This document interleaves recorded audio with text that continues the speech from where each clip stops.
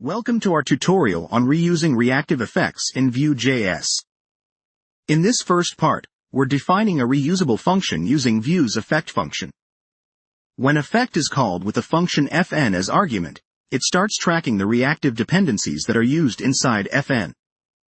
The effect function will rerun fn whenever these dependencies change. Moreover, effect returns a stop function, which we can later call to stop tracking and clean up the effect. Our use reactive effect function wraps this pattern and makes it easy to reuse in any component.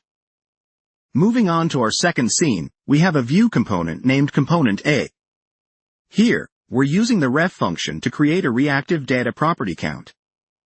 We then call our use reactive effect function and pass it a function that logs the current value of count.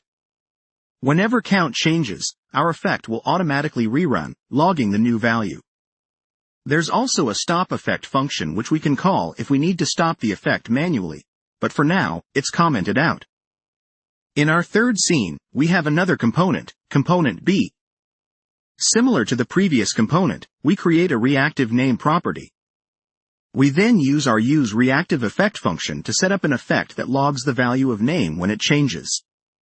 This illustrates how we can reuse our reactive effect across different components with different reactive states, showcasing the flexibility of our custom use reactive effect function.